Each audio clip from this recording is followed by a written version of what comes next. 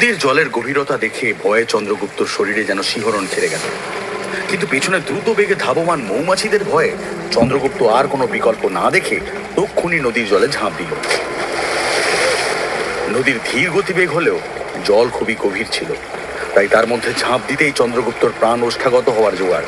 ভয়ে নিঃশ্বাস দ্রুত হতে থাকলো, আর জলের থেকে বাইরে বেরিয়ে আসার জন্য ছটফট করতে লাগলো চন্দ্রগুপ্ত। হাত পা ছুঁড়ে নিজের শরীরটাকে ভাসিয়ে রাখার জন্যে সে যেই জলের বাইরে এলো, তৎক্ষণাৎ দেখলো জলের ওপরে মৌমাছিরা বৃত্তাকারে ঘিরে রয়েছে এবং যেন তার বাইরে বেরোনোর প্রতীক্ষা করছে। চন্দ্রগুপ্তকে জলের বাইরে দেখেই যথারীতি মৌমাছিরা ঝাঁপিয়ে তাকে আক্রমণ করার জন্য ছুটে আসতেই চন্দ্রগুপ্তর কাছে আর কোনো উপায় রইল না, পুনরায় নদীর জলে ডুব দেওয়া ছাড়া। চন্দ্রগুপ্ত বুঝতে পারল যে মৌমাছিদের থেকে বাঁচার জন্য এখন তাকে বেশ কিছুক্ষণ জলের মধ্যেই থাকতে হবে। সাথে সাথেই চাণক্যের একটা কথা তার মনে পড়ল। তিনি তার শত্রুর সাথে সাক্ষাৎ করাতে চাইছিলেন, আর এখন চন্দ্রগুপ্ত তার শত্রুর কবলেই রয়েছে। চন্দ্রগুপ্ত পরীক্ষার বিষয়ে উপলব্ধি করল, কিন্তু এবার তার লক্ষ্য এই পরীক্ষায় উত্তীর্ণ হওয়া। এর জন্য সবচেয়ে গুরুত্বপূর্ণ নিজের ভয়কে জয় করা। সাহস একত্র করে জলের মধ্যে ডুব দিল চন্দ্রগুপ্ত। ভয় কিছুক্ষণের জন্য তাকে ঘিরে ধরে রইল, কিন্তু ধীরে ধীরে নিজেকে স্থির করে ফেলল চন্দ্রগুপ্ত। মনে হলো তার মধ্যে যেন কোনো দিব্য শক্তি ভর করেছে। এদিকে মৌমাছির ঝাঁক তখনও জলের ওপরে বৃত্তাকারে ঘুরছিল। পুরো ঘটনাটা সুরজমল দূর থেকে দাঁড়িয়ে দেখছিল। নদীর জলে কোনো আলোড়ন না দেখে সে ভয় পেয়ে তক্ষুনি জ্বলন্ত মশাল হাতে নিয়ে নদীর দিকে ছুট দিল। প্রবল তৎপরতার সাথে সে মশালের ধোঁয়ার সাহায্যে মৌমাছিদের বিতাড়িত করে চন্দ্রগুপ্তকে নদীর মধ্যে থেকে উদ্ধার করে আনলো। দীর্ঘ সময় ধরে শ্বাস আটকে থাকার দরুন জলের বাইরে আসতেই চন্দ্রগুপ্ত জোরে জোরে কাঁদতে শুরু করলো। কিন্তু নিজের ভয়কে জয় করার আনন্দ তার মুখে স্পষ্টতই ফুটে উঠেছিল। পরক্ষণেই পুনরায় নদীতে ঝাঁপ দিল চন্দ্রগুপ্ত। কিন্তু এবারে সে আর ভয় পেল না, বরং সে জলের ওপরে এমন ভাবে শুয়ে পড়ল যেন নদী তার শয্যা। তখনই সেখানে চাণক্য এসে দাঁড়ালেন। তার মুখে জয়ের হাসি ছিল, আর হবে নাই বা কেন। আজকে তার শিষ্য নিজের এক বড় শত্রুর সাথে যুদ্ধে বিজয় প্রাপ্ত করেছিল। চাণক্যকে দেখেই নদী থেকে উঠে এলো চন্দ্রগুপ্ত, মুখে বিজয়ের হাসি। চাণক্য বললেন, নিজের শত্রু সর্বনাশ করে দিলে তো, এবার থেকে এই জল তোমার শত্রু নয়, বন্ধু। চন্দ্রগুপ্ত আচার্যকে ভক্তি ভরে প্রণাম করতেই চাণক্য তাকে আশীর্বাদ করল। পরক্ষণেই তার মুখ গম্ভীর হয়ে উঠল। তিনি সুরজমল আর চন্দ্রগুপ্তর দিকে তাকিয়ে বললেন, আমি এখন তক্ষশিলায় যাচ্ছি, কিন্তু আজকে রাতের আগেই আমাদেরকে একটা গুরুত্বপূর্ণ কাজ সম্পূর্ণ করতে হবে।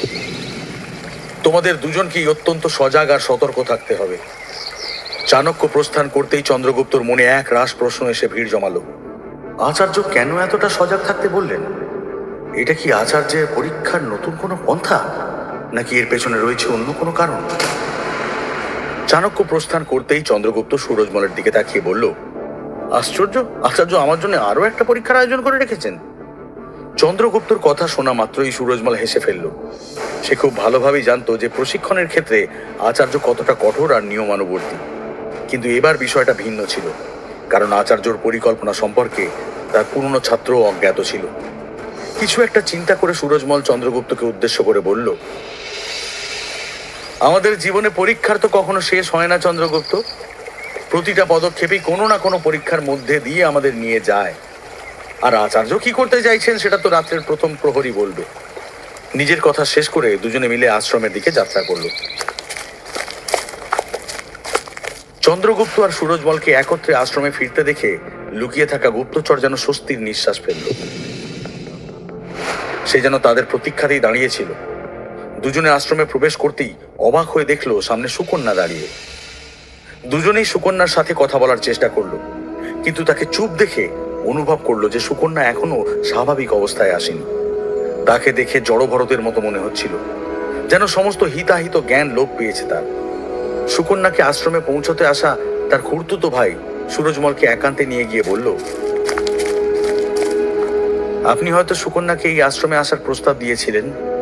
বাবা মায়ের দাহ সৎকারের পর থেকেই সুকন্যা এখানে আসার কথা বারংবার করে বলে যাচ্ছিল। গ্রামে আমরা সবাই আছি, আমাদের আত্মীয় স্বজনরাও রয়েছে। আমরা সবাই ওকে আমাদের সাথে থাকার জন্য অনেক বোঝানোর চেষ্টা করলাম, কিন্তু ও সম্মতি দিল না। সুকন্যার ভাইয়ের চিন্তা দূর করার জন্য সুরজমল বলল, তুমি একদম নিশ্চিন্ত থাকো। এই আশ্রম নিবাসীরাও ওর পরিবারেরই মতন। আমরা সবাই মিলে ওর দেখাশোনা করব। ও যদি এখানেই থাকতে চায় তবে ওর সমস্ত দায়িত্ব আমাদের। সুরজমলের কথা শুনে সুকন্যার ভাই একটু চিন্তামুক্ত হলো। তার কাছেই সুরজমল শুনল যে গ্রামে আগুন ভুলবশত লাগেনি, বরং সেটা ইচ্ছে করে লাগানো হয়েছিল। আসলে সুকন্যার বাবা একজন পঞ্চায়েত প্রধান ছিলেন। কিছুদিন পূর্বেই তিনি গ্রামের মঙ্গলের জন্য কুখ্যাত ডাকাত উগ্রসিংহের শর্ত অমান্য করেছিলেন। প্রতিশোধের আগুনে জ্বলতে থাকা উগ্রসিংহ প্রতিহিংসা চরিতার্থ করার জন্য সমস্ত গ্রামকে জ্বালিয়ে দিল। নিজের আত্মসম্মান আর নীতিবোধের মূল্য সুকন্যার বাবাকে নিজের আর গ্রামবাসীদের প্রাণের বিনিময়ে দিতে হয়েছিল। কিছুক্ষণ পরেই সুকন্যার ভাই বিদায় নিল। সুকন্যার অবস্থা দেখে চন্দ্রগুপ্ত আর সুরজমল তাকে কিছুক্ষণ একাকী থাকতে দেওয়াই সমীচীন মনে করল। বিকেল হতেই চন্দ্রগুপ্ত যখন আশ্রমের বাইরে এসে দাঁড়ালো, তখন একটা অদ্ভুত দৃশ্য দেখল। সে দেখল হাতে একটা কাঠের দণ্ড নিয়ে সুকন্যা যুদ্ধ অভ্যাস করছে। দণ্ডটা হাওয়ার মধ্যে কখনো ডান দিশায় তো কখনো বাম দিশায় যাচ্ছিল। সুকন্যার ভাবলেশহীন চেহারা তার মনের যন্ত্রণাকেই প্রকাশ করছিল। সুকন্যা কাঠের দণ্ডটাকে তলোয়ারের মতো এদিক ওদিক চালনা করছিল। চন্দ্রগুপ্ত খুব ভালো করেই অনুভব করতে পারছিল তার যন্ত্রণা, কিন্তু সুকন্যার এই অবস্থা চন্দ্রগুপ্তকে বেশ ভাবিয়ে তুলল। সুকন্যা দণ্ডটাকে নিজের চারিদিকে বৃত্তাকারে চালনা করতে থাকলো, যেন তার অন্তরে একটা প্রবল উত্থান পতন চলছে। পর মুহূর্তেই তার হাত থেকে দণ্ডটা শব্দ করে মাটিতে পড়তেই সে আর নিজেকে সামলাতে পারল না। মাটিতে আছড়ে পড়ে অস্ফুটে কেঁদে উঠল। তার অন্তরের যন্ত্রণা অশ্রুর মাধ্যমে বহিঃপ্রকাশ হতে থাকলো। এই দৃশ্য দেখে চন্দ্রগুপ্ত দৌড়ে তার কাছে গিয়ে সান্ত্বনা দিয়ে বলল, সুকন্যা, তুমি একদম চিন্তা করো না, আমরা সকলেই তোমার সাথে আছি। আমি খুব ভালো করেই জানি পিতামাতাকে হারানোর যন্ত্রণা কতটা তীব্র, কিন্তু এখন তোমায় শক্ত হতে হবে, নিজেকেই নিজের অবলম্বন হতে হবে।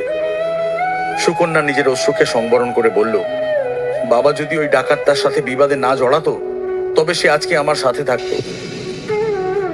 এ কথা শুনে চন্দ্রগুপ্তর মন বিষণ্ণতায় ভরে গেল।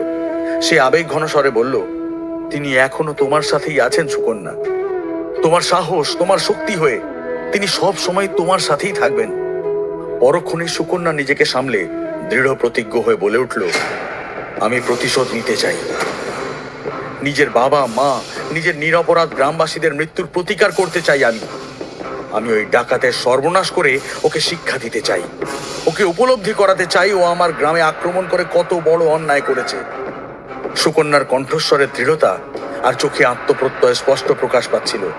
চন্দ্রগুপ্ত তার আবেগকে লক্ষ্য করে বলল, হ্যাঁ সুকন্যা, আমরা নিশ্চয়ই প্রতিশোধ নেব। এই লড়াইয়ে তুমি একা নও, আমিও তোমার পাশে আছি। আমরা দুজনে মিলে ওই দুষ্ট ডাকাত দলকে উচিত শিক্ষা দেব। চন্দ্রগুপ্তর কথাগুলো সুকন্যার জন্য সান্ত্বনা বাক্য ছিল। সে জানত এবার সে একাকী নয়, তার লক্ষ্যে পৌঁছতে চন্দ্রগুপ্ত তাকে সহায়তা করবে। পশ্চিম আকাশে অস্তগামী সূর্যের শেষ আলো যাওয়ার সাথে সাথেই ঘন অন্ধকার যেন চারিদিক গ্রাস করে নিল। অন্ধকারের মধ্যেই চাণক্য আশ্রমে ফেরত আসতেই গোপনে থাকা গুপ্তচর সচকিত হয়ে উঠল। চাণক্য চন্দ্রগুপ্তকে আশ্রমের বাইরে ডেকে বেশ উচ্চস্বরে বললেন, চন্দ্রগুপ্ত, তুমি প্রস্তুত হয়ে নাও। আজকে রাতে আমাদের একটি স্থানে যেতে হবে। উদ্দেশ্যটা আমি তোমায় পথে যাওয়ার সময় বলে দেব। কথাটা বলেই চাণক্য নিজের কক্ষে চলে গেলেন, কিন্তু সেখানে উপস্থিত গুপ্তচর চাণক্যের কথাটা মনোযোগ দিয়ে শুনল। চাণক্যের কথা শোনা মাত্রই ওই গুপ্তচরের মুখে যেন কুটিল হাসি ফুটে উঠল। সে মনে মনে অত্যন্ত খুশি হয়ে বলল, এদেরকে হত্যা করার জন্য এটা একটা দুর্দান্ত সুযোগ হতে পারে। চাণক্য, আজকের রাত তোর আর এই বালকটার জীবনের শেষ রজনী। তোর কাটা মস্তক যখন আমি মহামন্ত্রী অমাত্যর সম্মুখে রাখবো, তখন তিনি আনন্দে আত্মহারা হয়ে যাবেন। রাত্রি 1 প্রহর হতেই চাণক্য চন্দ্রগুপ্তকে সঙ্গে নিয়ে আশ্রম থেকে বেরিয়ে এলেন। হাতে একটা ঝোলা নিয়ে পথ চলতে শুরু করলেন। তাদেরকে দেখে মনে হচ্ছিল তারা যেন কোনো দূর যাত্রার উদ্দেশ্যে রওনা দিয়েছে। গুপ্তচর এই সময়টার জন্যই প্রতীক্ষা করছিল। হত্যার দৃঢ় সংকল্প নিয়ে সে ওদের অনুসরণ করল।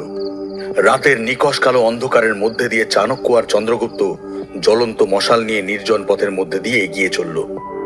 চন্দ্রগুপ্ত চাণক্যকে এই রাতের অন্ধকারে বেরোনোর উদ্দেশ্য জিজ্ঞাসা করতেই তিনি জবাব দিলেন, আজকে রাতে আমরা একজন বিশেষ ব্যক্তির সাথে সাক্ষাতের উদ্দেশ্যে যাচ্ছি। চন্দ্রগুপ্ত এবারে বেশ আশ্চর্য হলো। সে কৌতূহলবশত জিজ্ঞেস করলো, কে সেই ব্যক্তি আচার্য, আর আমরা কি উদ্দেশ্যে তার সাথে সাক্ষাৎ করতে যাচ্ছি?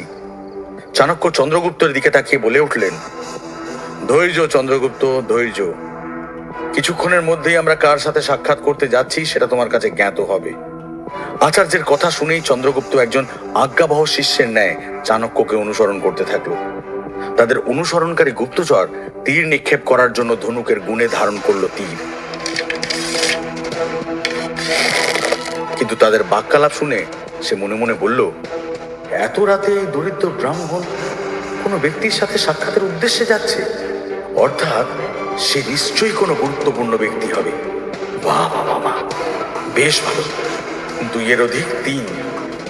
আজকে যখন নিয়তি এদের মৃত্যুর দিন নির্ধারণ করেছে, তখন আমি তো নিমিত্ত মাত্র। গুপ্তচর কি পারবে তার উদ্দেশ্য পূরণ করতে? চাণক্য কি তার বুদ্ধিমত্তার দ্বারা নিজের ও চন্দ্রগুপ্তের প্রাণ রক্ষা করতে পারবেন, নাকি অমাত্যর পরিকল্পনায় সফল হবে? दोस्तों, अगर आपको ये कहानी पसंद आई हो तो वीडियो को लाइक करें और अपने दोस्तों के साथ शेयर करें। ऐसी ही और मजेदार और दिलचस्प कहानियों के लिए कृपया स्टोरी E2 चैनल को सब्सक्राइब करना न भूलें और बेल आइकन को दबाएं ताकि आपको हमारे सभी नए वीडियो के बारे में जानकारी मिलती रहे। धन्यवाद।